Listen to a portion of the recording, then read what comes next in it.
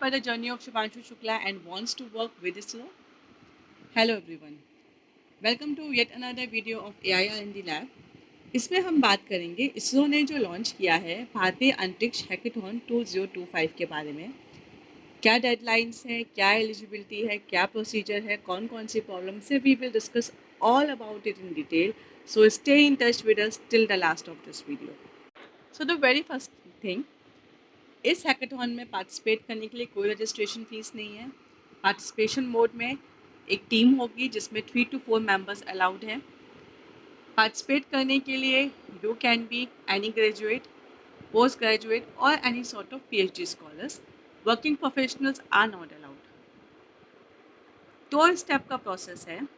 In the first step आपको एक proposal submit करना होगा जिसकी डेडलाइन 7th of July है. फर्स्ट लेवल ऑफ स्क्रीनिंग में 140 टीम्स शॉर्टलिस्ट की जाएंगी.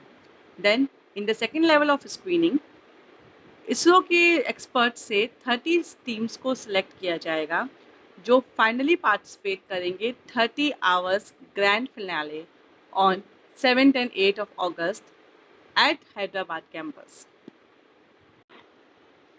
After you complete this hackathon, what are the perks and why you should join this hackathon? Let me tell you. जो 30 teams होंगी they will get the chance to work with ISRO scientist. They will get their mentorship. ISRO के researchers हैं, space technology experts हैं, वो आपके साथ hackathon की journey में रहेंगे and they will guide you at each and every steps. There are also chances कि आप after completing this hackathon you may be provided internship opportunity with ISRO. You can collaborate, have the network with fellow innovators. आप अलग अलग researchers से मिलेंगे जिनका focus, जिनका vision आपसे अलाइंड रहेगा. And yes, at the end, the most important, you can showcase your talent on a prestigious national platform. And then over there, you can earn your recognition, जो आपकी academic and professional journey के लिए it would be fantastic experience for the lifetime. Now coming to 14 challenges जो इसरो ने इस बार propose किए हैं जिसमें आपको पार्टिसिपेट करना है. Will discuss those challenges in a brief. Number 1 is the simulation and modelling of forest fire spread using AI/ML techniques. तो फॉरेस्ट फायर को प्रिडिक्ट करना it is a very challenging task and अभी तक ये open problem है. तो इसको solve करने के लिए इसरो वांट्स कि आप इस चीज़ पे पार्टिसिपेट करें. You can use any sort of AI/ML model, be it from UNet or LLMs, whatever you feel like. Then coming to the second challenge, it is AI-based help boards for information retrieval out of a knowledge graph created based on static dynamic content at a web portal. तो इसरो की बहुत सारी websites हैं. User अगर कोई question पूछना चाहे तो वो नेविगेट करके वो इन्फॉर्मेशन को एक्सट्रैक्ट कर सकता है. बट नेविगेशन के जितने स्टेप्स होते हैं, अलग अलग वेबसाइट्स हैं, उसमें उस चीज़ को इन्फॉर्मेशन एक्सट्रैक्ट करना is not that much feasible for the user.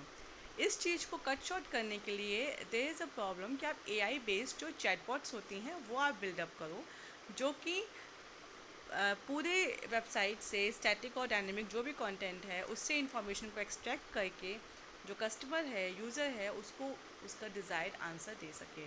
So all those who are interested in LLP, LLMs, जिनको चैटबॉट डिज़ाइन करने में इंटरेस्ट है, it is the best place to showcase your talent over hair.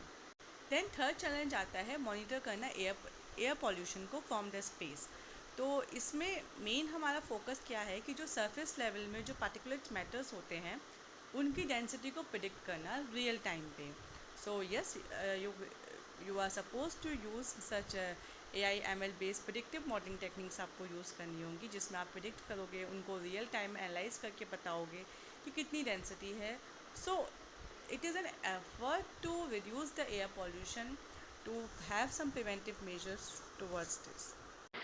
Then coming to the next problem, it is about कि GIS के जो भी complex आपके models होते हैं, आर्किटेक्चर्स होते हैं, कुछ प्रॉब्लम्स को सॉल्व करना है एंड दैट सॉल्विंग उस प्रॉब्लम में it needs lots of step. तो ह्यूमन इंटेलिजेंस उन स्टेप्स को डिज़ाइन करती है. इसके लिए we have to build automated system जो कि ह्यूमन एक्सपर्ट के हिसाब से एक प्लान एग्जीक्यूशन को प्रिपेयर करे एंड उसको लेआउट फ्रेमवर्क में डिज़ाइन करके बताए. So basically you are suppose to build geo processing APIs जो कि ऑटो जनरेट करेंगे अलग अलग जो जियो स्पेशल वर्कफ्लोज होते हैं फ्रॉम नेचुरल लैंग्वेज क्वेरीज की हेल्प से. Like it should have a transparent chain of thoughts उसकी रीजनिंग को यूज़ करके for some like benchmark task जैसे कि फ्लड मैपिंग है, साइट सिलेक्शन है. तो इन टास्क के लिए एक ऑटोमेटेड सिस्टम को बिल्डअप करना to solve this problem. This is our this task in this hackathon. Then your fifth problem is to chase the cloud. So जो cloud का जो cover होता है वो like it keeps on changing its position depending upon the airflow. तो उस cloud के motion को predict करना कि किस एरिया पे क्लाउड कवर कितना डेंस होने वाला है, कितना लाइट है, उसकी मोशन को कम्प्लीटली एनालाइज करके प्रिडिक्ट करना, ये हमारा फिफ्थ चैलेंज है. Why it is needed to like predict some natural calamities क्योंकि there are like various disasters like we say कि हाँ बादल फट गए. तो इन चीज़ों को प्रिवेंट करने के लिए प्रिवेंटिव मेजर्स लेने के लिए हमें टाइम मिल सके फॉर दिस पर्पस, ये हमारा फिफ्थ प्रॉब्लम रहेगी. Coming to sixth one is जो ग्लेशियल लेक्स होती हैं, रोड नेटवर्क्स है, अर्बन ड्रेनेज है, इनको एनालाइज करना, इनकी लोकेशंस को डिटेक्ट करना. बिकॉज ग्लेशियर्स की आपकी लोकेशंस चेंज होती रहती हैं, दे आर मेल्टिंग. सो जो शिफ्टिंग ऑफ ग्लेशियर्स है या फिर जो रोड नेटवर्क्स हैं, कुछ नई रोड्स बनी हैं, सो इनके basically multi source satellite imagery को यूज़ करके इनको प्रिडिक्ट करना, इनकी लोकेशन को आइडेंटिफाई करना. This is our sixth challenge. Coming to our seventh challenge is air quality visualiser and forecast app. तो स्मॉल सिटीज़ से लेकर रूरल एरियाज़ में एयर पोल्यूशन की जो प्रॉब्लम है, एयर की क्वालिटी है, उसकी इंफॉर्मेशन को प्रेडिक्ट करना और आपकी पोल्यूशन का लेवल एग्जिस्टिंग में क्या है, आने वाले टाइम में कितना होने वाला है, इन सबको फोरकास्ट करना. सो वैस कि हम एयर पोल्यूशन पे थोड़ा कंट्रोल रख सकें, we can take some preventive measures. इस चीज़ के लिए एक एल्गोरिथम डेवलप करनी है. So basically the algorithm should be to analyze air quality and do the forecasting of the next level of pollution over there. This is our seventh problem. In the next problem, it is to optimize the deep learning techniques for the segmentation of the earth observation. तो अर्थ में हमारे क्या है, जब हमने remote sensing segmentation जो task हुए हैं तो उसमें कुछ स्मॉल वाटर बॉडीज़ हैं, कुछ हमारे like we are having some wetlands, deforested patches हैं. तो ये हमारी कुछ वीकर क्लासेस हैं and then there are some stronger classes. तो डोमिनेंट क्लासेस हमारी आती है, वेजिटेशन आती है, अर्बनाइजेशन, अर्बन प्लेसेस आते हैं, फॉरेस्टेड एरिया आता है, ओशंस आते हैं. तो ये it poses the imbalance data जिसकी वजह से सेगमेंटेशन प्रॉपरली हो नहीं पाता है. We can not detect the wetlands, small bodies, water bodies को हम डिटेक्ट नहीं कर पाते हैं. तो we need to optimize the deep learning algorithm, we need to work on some network modification, loss functions जो हैं उन segmentation algorithm के, जिससे कि जो weak classes हैं वो भी accurately predict हो सकें, segment हो सकें. So I would like have a comment on this कि all those who are having a good understanding of mathematics behind the deep learning, जो कि loss functions से, optimizers से, they can tweak with them, play with them, they should apply for this particular problem. Coming to the next problem is again about the cloud. So here you have to identify the tropical cloud cluster using half-hourly satellite data. So here the data is like more time constraint कि बिल्कुल just half an hour के duration में जो cloud का cluster है वो किस reason में है, सो उसको हमें प्रिडिक्ट करना है इन दिस पर्टिकुलर टास्क. जो 10th प्रॉब्लम है, it is about identify the hello CME events based on particle data.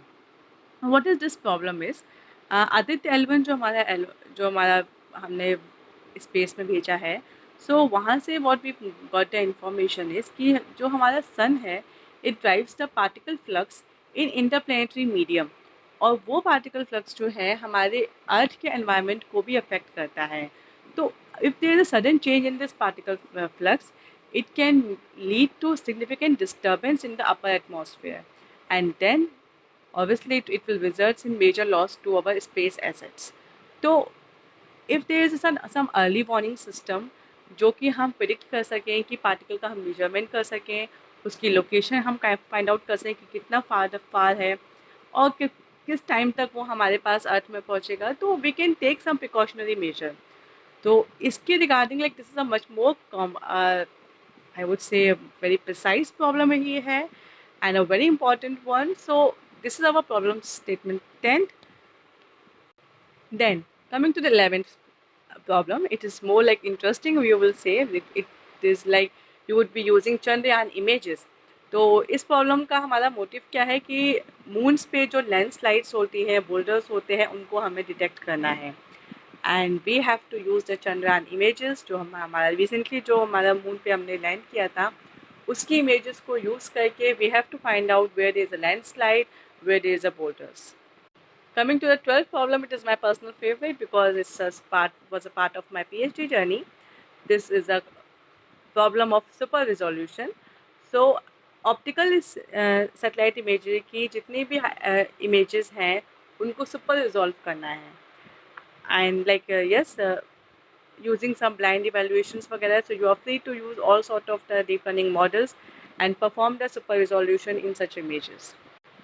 Coming to the 13th problem is generation of high resolution lunar digital elevation model from lunar images using photoclinometry. So there is a term, it is called shape from shading. तो this is a technique जिससे कि हम जो है topographical जो informations होती है किसी इमेज वो हम एक्वायर करते हैं इमेज से by using the spacecraft. 3D reconstruction होता है. तो बेसिकली हमारा ऑब्जेक्टिव यहाँ पर क्या है, like to generate the disparity, जैसे कि स्किन की डेप्थ है वो हमें एक्वायर करनी है by using the mono images of the lunar surface. Coming to the last problem, it is global strain detection, monitoring and alert system on user-defined AOI using multi-temporal satellite imagery. तो इसमें हमें क्या करना है कि जो चेंजेस होते हैं वो चेंजेस एनवायरमेंटल की वजह से भी हो सकते हैं. सैटेलाइट इमेजरी में जो चेंजेस आ रहे हैं उसको हमें डिटेक्ट करना है, मॉनिटर करना है. एक अलर्ट सिस्टम को हमें लाइक उसके लिए we have to make it ready. So this is about the problem number 14. So yes, here we have given you the brief overview of these 14 problems. For detail of these problems, you can always visit the websites, and it is an important, interesting opportunity for you to work and at least explore what is happening with ISRO, what is happening in the space, what are the problems over there, and if you want any of the detailed analysis of any of the problems, do let us know. So thank you for for watching of this video till this end. Bye bye. See you next in our next video. Bye.